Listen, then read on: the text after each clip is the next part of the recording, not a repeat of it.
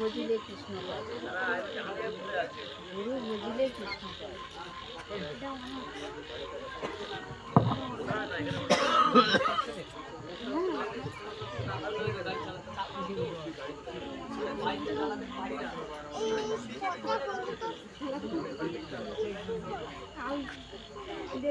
আরে আমার ভদু কোথায় গেল?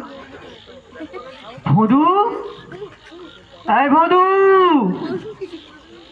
ভদু কই গেলি কই? হ্যাঁ গুরুদেব, আসছি আসছি আসছি আমি। এই যে আমি মন্দিরে সেবা কাজ করছি, আসছি আসছি। আয় আয় তাড়াতাড়ি আয়, তোর সাথে কথা বলে একটু শান্তি পাই। আর তোর সাথে কথা মানেই তো কৃষ্ণ কথা, তুই তো কৃষ্ণ কথাই শুনতে চাস, তাই তোর মতন শিষ্যকে আমার বড় ভালো লাগে রে ভদু। আয় আয় আয় তাড়াতাড়ি আয়। গুরুদেব,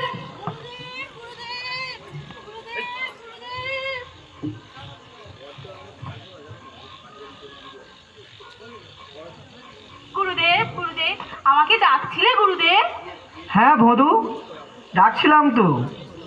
আসলে আমি এই একটু কৃষ্ণ কথা অধ্যয়ন করার জন্য বসেছিলাম। তুই তো কৃষ্ণ কথা শুনতে খুব ভালোবাসিস, তাই ভাবলাম তোকে ডাকি। হ্যাঁ গুরুদেব, কৃষ্ণ কথা যে আমার খুব প্রিয়, খুব প্রিয়। কিন্তু গুরুদেব, তুমি যে বলেছিলে প্রতিদিন গোচরণে গেলে তুই কৃষ্ণ দর্শন পাবি, ওই আমি তো তা পেলাম না গুরুদেব। পাবি পাবি, ঠিক পাবি। তুই খুব সরল রে ভদু, তোর মনে কোনো পাপ নেই, তাই তুই ঠিক কৃষ্ণ দর্শন পাবি। তুই ওই